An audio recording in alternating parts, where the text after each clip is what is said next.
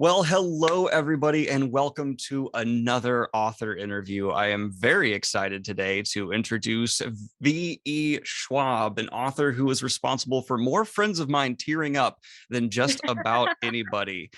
So today we are going to be discussing Extraordinary, which is a graphic novel taking place within, I believe, an already established world, correct? Yeah, within the villains novels world. So is this your first experience in graphic novels? No, I wrote, I always write graphic novel, or I always write comics, set Mhm. within my own world. Mostly because I'm like, obviously just want, like professional fan art is what I always think of it, like commissioned fan art. No, I write pretty cinematic worlds, the Shades of Magic world and the villains world especially. And so both of my comic series, before I did Extraordinary, I did the Steel Prince, which was set in my Shades of Magic world. That's so interesting to me. So I always find it really rewarding to see like your creations in different mediums. So getting that art back, what's that feeling like of seeing an artist bring to life like everything you've written? Is it just still fill you every time with that feeling of just I mean, it's the reason to do it, right? Like novels are wonderful and I love them and they certainly have a lot less restrictions. Like Mhm. honestly, one of the weirdest parts about learning to write comics is learning to move from like a it takes however many words it takes to like a you have 22 pages and there's a certain, amount that you need to think about pacing and how many panels and I would never approach a novel or a chapter like that. So there are restrictions. And so the reason I do it is one, because to your point, I love seeing the visual manifestation. I love Mhm. the collaboration of it. Like novels are lonely. It's really lonely. And if I don't put it on the page, it's not there. And so whenever I work in visual medium, like I write for television as well. And like I love getting to see the additive element of the visual, especially working with an artist as talented as Enid, who's my illustrator for these, is like I try to give them as much creative freedom as possible. Like I'm in Okay. it to like I know what my skill set is. My skill set is the prose, right? And so I never want to impinge on their skill set and I know that I'm doing the comic because the illustrator is bringing the world to life. And Mhm. so I love doing it because I get like emails every day with art inside of them and it's like, "Oh wow, that's way cooler than it was inside my head." Like it's always better. So advice to authors is to get a graphic novel so you can get that candy and just Yeah, have I mean, that it's fan art. candy. It's also like it's the change of medium, but it's also the change of length. Like it's a much Mhm. more immediate gratification. Like a novel will take me anywhere from 1 to 3 years to write, and, like, I'm not sustained by anything in that period except my own neuroses, whereas, like, when I'm writing a comic, I'll be working on 1 issue, and I'll be getting the line art for the issue before it, and I'll be getting, like, covers, which we can discuss, but, like, the variant covers is probably, like, my version of catnip, just, like, Mhm. absolute candy. So, yeah, I just think there's a sense of community that goes into the creating of the comic, and so it's a massive indulgence for me. It's a huge privilege that I get to do this and have it set within my own worlds so that I can actually have that like it's not even just as gratifying as it would be to write something and see it translated, but to know that an artist or multiple artists are playing in a world that I made. So you mentioned something that I find really interesting, and that's the difference between structure and pacing of a graphic novel versus a novel. And like with The Invisible Life of Addie LaRue, I felt like the pacing of that was like a dark lullaby. It was just relaxing but mysterious. Whereas here it just feels like a bullet train of action and world building. How do you approach that as a storyteller? And does it take like do you storyboard it all and condense? Like what's your process for really getting that down? Well, the irony is that like I storyboard no matter what I'm writing. So like Hmm. when I say I'm a cinematic writer, it's not like tooting my own horn in terms of the visuals. What I mean by that is that like I choreograph out my entire novel and kind of Okay. create a beat sheet for it and then expand that beat sheet into each scene. So I start whenever I start writing scenes for a novel, first of all, I have an outline for the whole novel and then I have like a 3 to 4 sentence header for each chapter that's just a summation of the beats. And then I will put that at the top of my page and I will start breaking it down into the actual scene.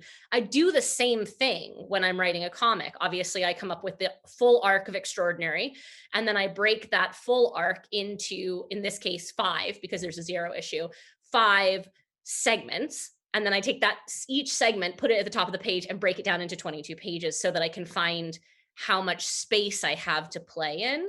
Hmm. But yeah, it in that way, it's similar.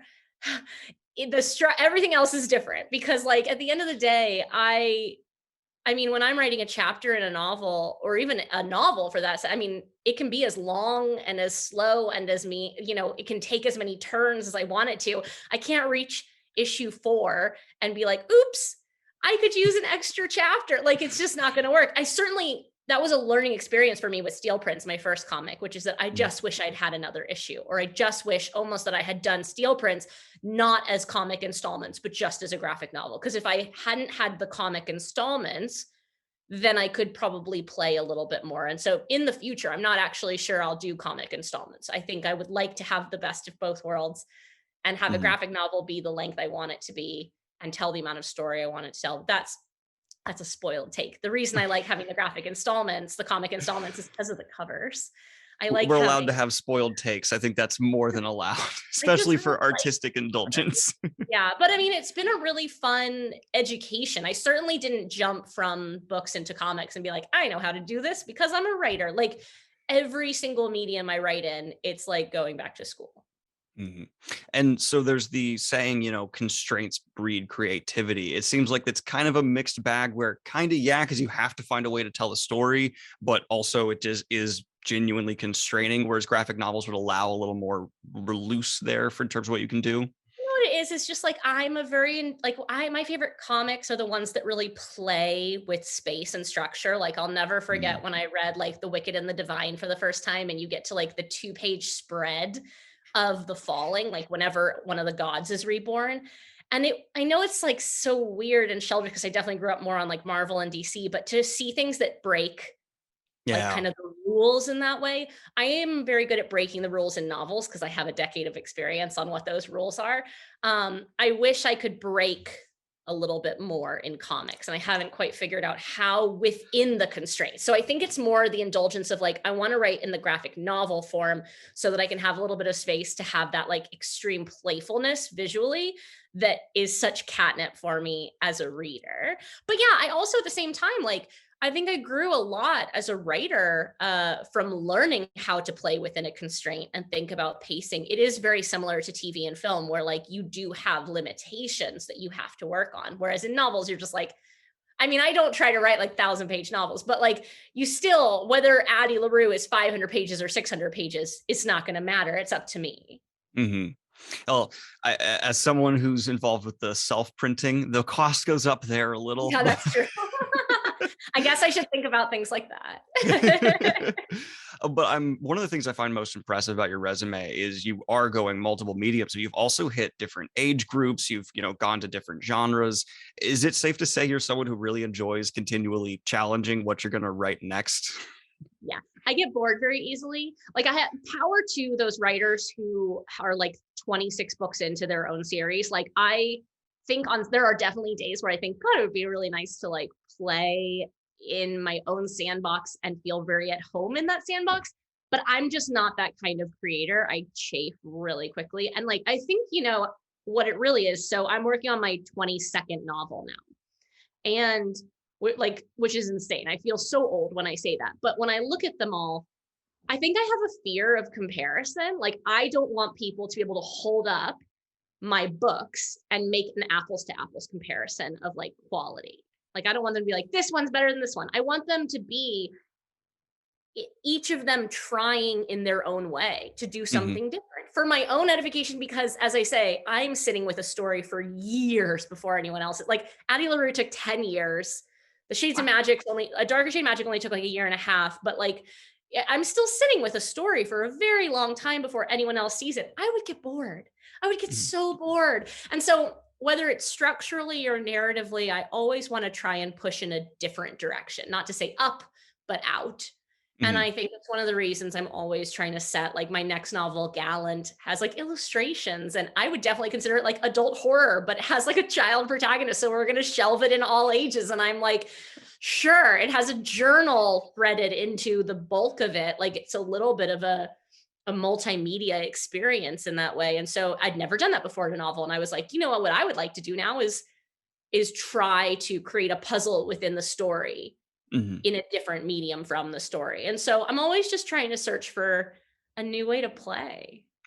I love that. That's a really interesting way to put it and approach it. But so getting into extraordinary and a lot of your works, I noticed the juxtaposition of themes of death. In Invisible Life of Rue, it's immortality, it's time, and here you kind of have the opposite. I don't want to get into spoilers, but it seems that death is playing a pretty heavy role in your recent work. Is that just something that really captivates you as a creative, or is it just coincidence? And don't read into No, it too much. it's in everything. Honestly, like somebody asked me to make like a Venn diagram of what all of my books do have in common, if anything, it's death. And Mhm. I think like, you know what it is though, is so I write genre specifically, like the supernatural medium. Um, two things about it. One, I'm like much more of like a Neil Gaiman writer than a Tolkien writer, meaning like I like magic and the supernatural to be layered into our world. I Mhm. want you to believe that you could go through a doorway in a house somewhere in our world and touch magic. I don't want magic to only be something that you encounter through the pages of a book. So Mhm. like in a second world fantasy like Tolkien, where like you're never getting there, right? The only way you're getting there is in the book. I want you to believe it's like in London. And so I like the proximity of the supernatural, but I look at death as it relates to genre because I grew up super afraid of it. Not my Mhm. own death, but like the finality of it for everyone that I loved. And so I think what it is like all of my stories in some way explore the threshold of death. So death as Interesting. a porous boundary, something that we can move through and come back from. Because I think to me, that's like an incredibly comforting. Of course, I write like horror and the supernatural, so I'm always looking for ways to make it extremely unnerving. But like the villains books and extraordinary, the comics, um, in that world, near death experiences lead to supernatural abilities. And so death is a very porous boundary for some. In Addie LaRue, it's the absence of death, right? It's the perpetual prolonging of life. In Shades of Magic, multiple characters play with the life death threshold. In the archived, like it's a library of the dead. Mhm. In Gallant, it's the Secret Garden meets Crimson Peak. And so death is like a literal doorway in a backyard, like in Oh, a garden wow. wall. So all of my stories in some way are circling the concept of like the ways in which we immortalize ourselves. Like, is Mhm. immortality a metaphor or a literal? How do we leave a mark on the world around us? What impact does that have? And what I love is that death is like, it goes across all genres. Like you can write in any genre and be writing about death. So, for anyone who doesn't already have an existential dread from what we just talked about, Well, I'm yeah, welcome. I'm curious though, is there any other portrayals of death from other creatives, mediums, authors that really fascinate you that you've kind of wanted to capture or been inspired by? I mean, not death specifically, but gods. Like I'm really interested in like manifestations of concepts of metaphors. So whether it's like the Sandman series by Gaiman or whether it's like pantheons in Greco-Roman culture or Norse mythologies, I'm like just I basically studied theology a huge amount in college, but I studied polytheism. I'm a pagan. And so I'm Mm. really, really interested in the multiplicity of God theory. So basically, like when you have God with a capital G, that God must be infallible, which leads to all of these paradoxes about like, how can a God be infallible and yet XYZ? But when you take a God out of the capital G space and into the lowercase g space of polytheisms, of pantheons, all of a sudden, and you see this throughout all religions, those gods start to much more closely resemble the humans that worship them. They Mhm. become avatars for human existence, right? And that means they get to be flawed. And I am so fascinated by the idea of flawed gods. What does that mean? So for Addie LaRue, it was like a petulant god of promise, Mhm. you know? And I think in a lot of ways, the characters in Extraordinary and in Vicious and Vengeful, they're playing God. They Mhm. are manifesting their own godhood.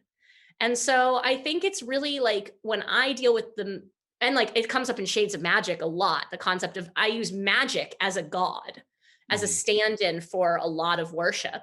And so I think I'm just really interested in like what we assign godhood and like what exists above mortal realms and how can we infuse all of our flaws into that power. Because what happens, of course, is like the main theory in the villain's world is that powers don't make you a superhero. They just make you a person with powers. Mhm. And I think the same kind of happens when you have flawed gods, right? Like you still have humanistic faults, but you have godly power. And what happens when those two things collide?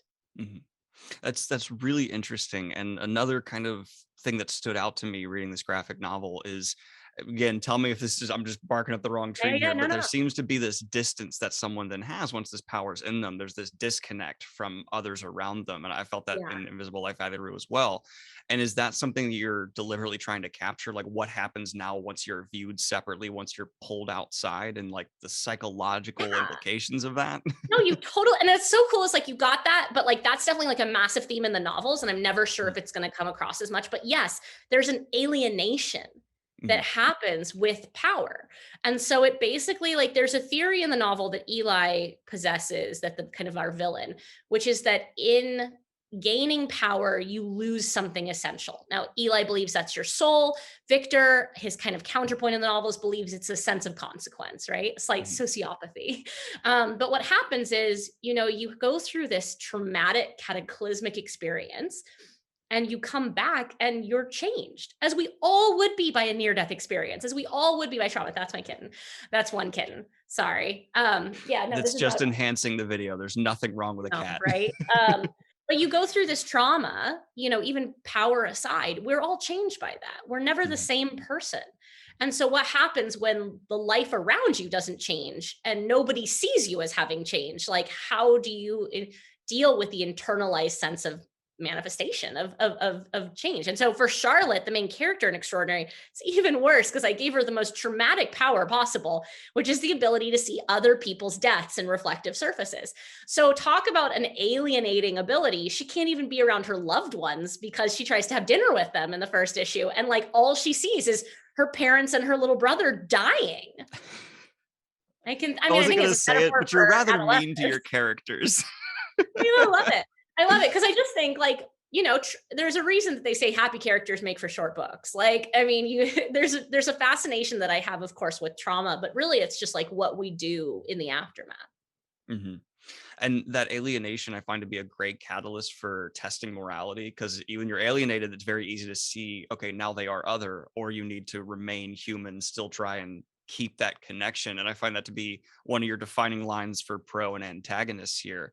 Can you, without getting too much into spoilers, talk about your thought process behind developing the antagonist for the story? Oh, Eli. So Eli is so this is a really interesting challenge I had, which is that Extraordinary is set between the first two novels. So you have Vicious and Vengeful, which are set 5 years apart. Eli being a main character in both of them. And I wanted to create a standalone story, a capsule narrative that could exist between the two where Eli was a character. So I had to figure out a way to do this without breaking the rules. But Eli, yes, Eli is an antagonist with definitely a god complex, but also an extreme religiosity. And he's somebody who has self mythologized, right? So basically, Eli was already a religious character, and then he developed powers, but he's one of the few characters in the villain's world that has a reflexive ability, meaning it can't really impact anybody else. He can heal himself. Mhm.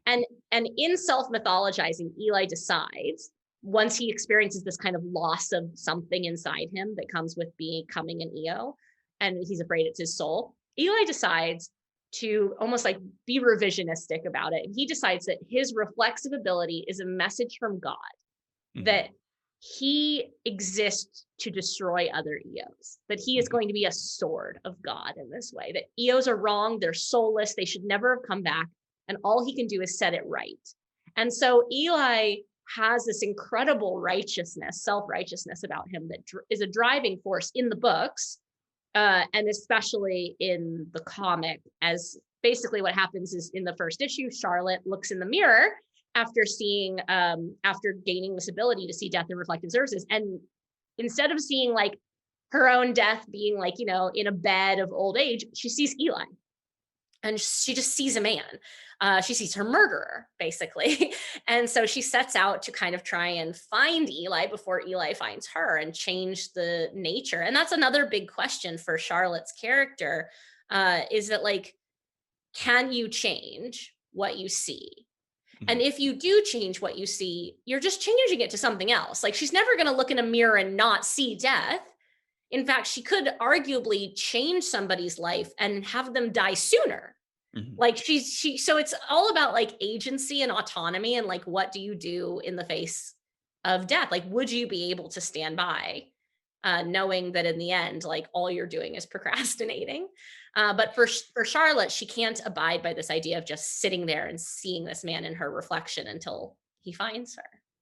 So, two things. One of my biggest fears is seeing someone else in the mirror, so you played right into that fantastically. Oh, you would hate I this got to power. You would hate this power. the like, seeing my own reflection blink or, like, someone else has just been a long-running fear of Yeah. mine, so perfect. And I wanted to actually mention that it was a power that I thought, like, "Oh, this is pretty passive. This character won't be very agency-filled for the main narrative Mm. thrust," but absolutely not. I love that this was someone who basically sees an ending coming and decides to act like a freight train and just decide, okay, we're going to work really hard. And I loved that. That was so much fun. And the healing power to me, it's always like been for like good guys, like Wolverine heals. To me, Yeah, it's the most scary when it's in someone bad, like Terminator 2, the liquid metal healing exactly. Exactly. horror movie. Yeah. So kudos there for wonderful power selection. But Well, and it's go interesting ahead. because Victor and Eli in the novels, like I gave Victor, his counterpart, a power that could be used for extreme good or extreme evil. He has the ability to control pain in other people. So, like a good person would, of course, like shut off pain, and instead he, of course, uses it to his own end. And so, I really wanted to look at, to your point, like the inherent heroism or malignancy of certain powers. To your point, like the Terminator, I find the healing terrifying because it makes him a relentless killer. He's a Yep. serial killer. Yeah.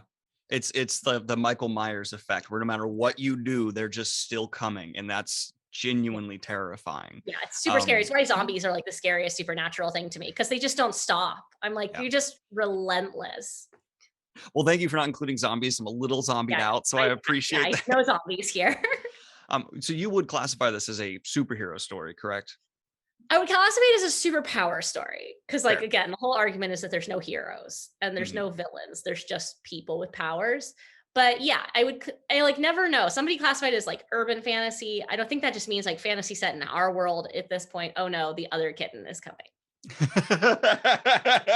That was fantastic comedic timing from the cat. Bravo. Chauncey. Chauncey. Oh, God. Okay, you can see. Yeah, that's Chauncey. He's I- 4 months old, and that he's is a floofy kitty, and I oh yeah, appreciate it. yeah. No, he's a full-on floof, and then Thomas has been asleep behind me now for like a solid 10 minutes. So I've lost my point entirely, but it was worth it for this is all anyone cares about now. I'll just go ahead and shift my seat like that. There we go. Just make sure everyone can see what's happening. And their friends so adorable is just They're cranked to they're 11. he's gonna about to Thomas is about to go to sleep on top of Chauncey and groom him, which is, to be fair, if I had a sibling like Chauncey, I would use him as a body pillow as well. So Yeah, absolutely. Well, I was just gonna say, like, the next question was, it seemed to be a very fresh take on a superhero-esque story, but I guess the answer to how to accomplish that is not to think of it as superheroes coming in. I mean, I think yeah, I think that's part of it. I really wanted to do a very grounded superhero take. Mhm, Like I always, whenever I think of comp titles, none of the comp titles involve powers. It's like mhm, Hannibal and The Following and Killing Eve, like things which are more about the psychological profile than they are the superpower of it all.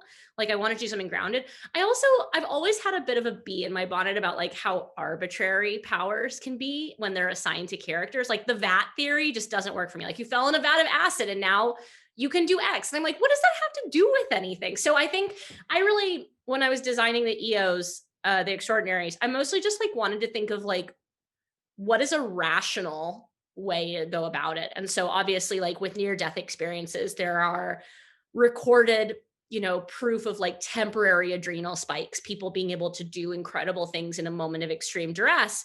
And so all I did was take that to an extreme and say like, okay, well, what if you could affect a permanent physiological shift instead of a mhm, temporary chemical shift? And so like when you look at it that way, suddenly the circumstances of the near death experience become very important. And Mm, when you look at the circumstances, suddenly the mindscape, right? Because everything has a mental and a physical component to it. The example I always give is like the simplest way to think of it is like a man is freezing to death in the Arctic, and all he thinks is about how badly he wants to be warm. So when he is resuscitated later, if he's able to be resuscitated, he comes back not with the ability to make things cold, but with the ability to self-immolate or light things on fire, because that's all he could think in those final moments. So it's about the extreme power of will and almost like that preternatural drive to survive. mhm.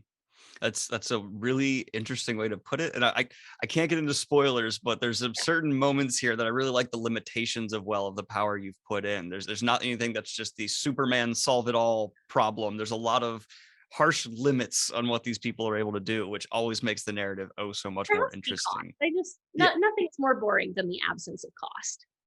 Well, I just want to say thank you so much for being willing to sit down and be a part of this. If you would like Yeah. to go right ahead, tell people one, more about the beautiful cats, and also where they can check out this book and where to follow you, find you, all that fun Yeah. stuff.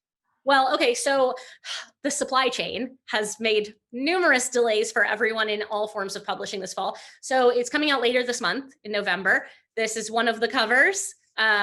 This is another one of the covers. There are like 6 covers. So if you want a different cover, you can check Forbidden Planet or Waterstones, but or Titan Books. But yes, these are the 2 kind of main covers for it. They are beautiful. It's hardback. They're just like gorgeous work. So I can say that because I didn't have anything to do with the visuals whatsoever. They all have different like end papers in them as well, which I think is very, very, very fancy.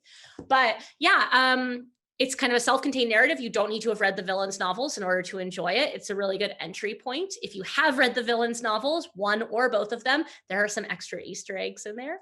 But yeah, I hope people check it out. You can get it at any good bookstore or online retailer.